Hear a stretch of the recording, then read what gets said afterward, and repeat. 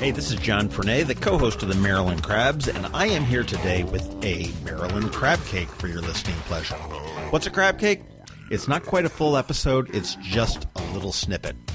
Stay tuned and check it out.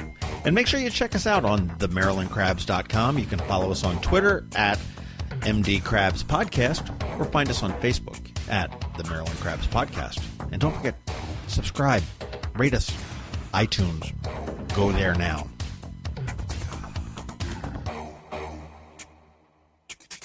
All right, hey, this is John Fernay with a Maryland Crabcake for the Annapolis Film Festival. And today we're sitting here at a table with Zoo Coffee. I've gotten a vanilla zap frap, and I've got Ken Arnold, who is drinking a cup of coffee. And he is the genius, impetus producer of one of the feature films that's going to be shown at the Annapolis Film Festival called The Night Watchmen. How are you, Ken? I'm doing good. How are you? That's awesome. That's awesome. Now, The Night Watchmen, that had a little bit of a pre-buzz before the film fest here, because you created quite a stir in Annapolis when you were filming this, because much of it was filmed locally. Yes. What's it about? I mean, I've seen a little bit of trailer. It's about 4 hapless security guards and a wayward journalist in a tabloid that are saving themselves from rabid vampires. Exactly. We get a mistaken delivery. It was supposed to go to the medical labs, but it shows up at our place. We trade with the delivery guys to keep it overnight. But unbeknownst to us, there is something in the delivery that gets released and then wreaks havoc on the building that we're guarding. I have seen the trailer. The film festival did send me a link to the full thing, and my thing is that I'm not watching any of these things. I like to see them on a big screen, and I like to be surprised when I go to see these things. So this is definitely on my list of there. You're local. Yes. Are you from Annapolis? Not originally. I'm from New Jersey. Where? South Jersey, a town called Atco. It's near Cherryville. Atco Raceway. Yes. I grew up a mile from the Atco Raceway. Okay, Absolutely. Great. Yeah, no, I spent all my summers down at the Jersey Shore, so I know it real well. But you are local here, and you filmed this at the old Capitol building? Yes, we did. And were they still? They weren't still in. I know they weren't still in there, but I mean, some of their stuff was still there. Was it? Yeah, they had actually just moved out not long before we got there, and all the stuff was still there, which was great for us. Then we didn't have to go out and decorate the place. Yeah. Okay. So you had all of their stuff. Yes. Where else did you film locally? We didn't. That was it. Okay. We shot 95% of the film in the building. Oh wow. Okay. And where was the other 5%? There were some pickup shots in Los Angeles. Okay. That they added in post, but that was because, and it was only 2 shots, maybe. They were like 15 seconds each, so it wasn't very long. And you're local. You star in this as well. Yes, I do. And I see that you've got Rain Pryor. Rain Pryor, yes, Richard Pryor's daughter. Right. And what does she play? She plays one of the office workers who gets turned into one of the blood-sucking vampires that chase us around the building. Local talent. Did you get local talent here? I know I saw one name who I was friends with her parents, Sophia Special. Yes, she was in the film. She helped out. She mostly did background stuff. She was a vampire as well. Okay. But she also did PA work and helped us in our offices, behind the scenes, behind the camera. Okay. So. Did you cast it all locally? Or no, not all locally. We did quite a few of the speaking roles locally, but we did for a couple of the main roles. We went out to Los Angeles and got a couple actors, and then in New York we got Matt Servito, who was on The Sopranos and the series Banshee. He came down from New York. Okay. How long did it take you to film all? How long did it take to film everything? It took 31 days. Okay, so you had about a month, and then God knows how long to put it all together. Yeah. Well, it took a while to get it all together. We had a lot of special effects shots in it, and some that we didn't know we were going to need, and it took a little bit. We had a post house out in California, in LA, doing the special effects, but they were working on bigger movies like Avengers and things like that, so we were kind of their weekend at night late. The younger crew were working on our stuff, so it took a little while.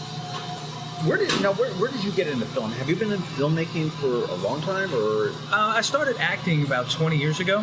I took my first acting class at Maryland Hall for the Creative Arts here with Shari Valario. Okay, this is awesome because this is bringing this whole thing full circle here. Yes. So I took an acting class 20 years ago at Maryland Hall, loved it, And then from there, I got into more acting, and then I started to meet filmmakers, and I decided that I wanted to become a filmmaker, and I got into it in the early 2000s.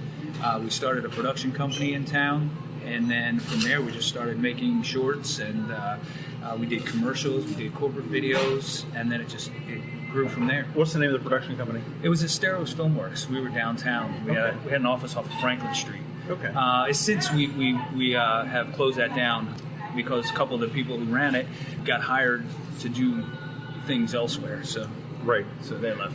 First feature film? Yes. First one I produced. Yes. Okay. What is the difference between a shorts and a feature? I mean, as far as from a producer's aspect, is it much more difficult? Just the same, only longer hours? Is it more difficult? Well, in the sense, yeah, there's a lot more work because it's a longer shoot. Mm-hmm. You've got to raise more money. Right. You have the longer hours. We were shooting 12, 16-hour days at some points during the shoot, which can become grueling over 31 days. So. Yeah, no, I would think sometimes I would think that a short might be a little bit more difficult to produce just because you've got such a short time to tell an entire story. Yeah, it is. But that all comes down to the script writing. If you have a nice, tight, short script, then and you know how you're going to approach it once you start to produce it. You know, we spoke with Lee and Patty about a month and a half ago or 2 months ago on the podcast, and that's the one thing that they emphasize. You know, it all starts with the story. If you don't have the story, you don't have crap. And it moves on. It doesn't matter how good the effects are, how good the production is. Exactly. If it's not a compelling story, it's not there.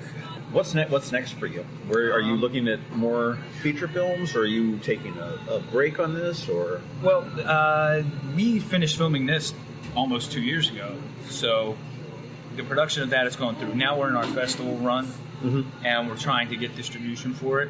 So in the meantime, I've been working on some other scripts. We've been lining some things up. We're looking to produce 2 films within the next year. 2 more horror comedies, one called Sinkhole 2, and we're going to be working with Edward Sanchez, who was the director of the Blair Witch Project. Oh yeah. He spoke at the film festival last year. Yep. Real big guy, big burly guy with a big old beard. Yeah, I think he shaved the beard off, but he's a huge guy. But he's the nicest guy. He was tremendous. I remember seeing this thing last year. And I mean, you said horror comedy. I mean, is that sort of a genre that you're interested in, that you're keeping with, or is that just? Yeah, have you ever seen Shaun of the Dead or Hot Fuzz or the Edgar Wright films with Simon Pegg and Nick Frost? Big fan of those. Love those films. So I wanted to get into making those types of films because I love those films so much. And I knew it's a genre that will sell because the horror genre has its own subculture.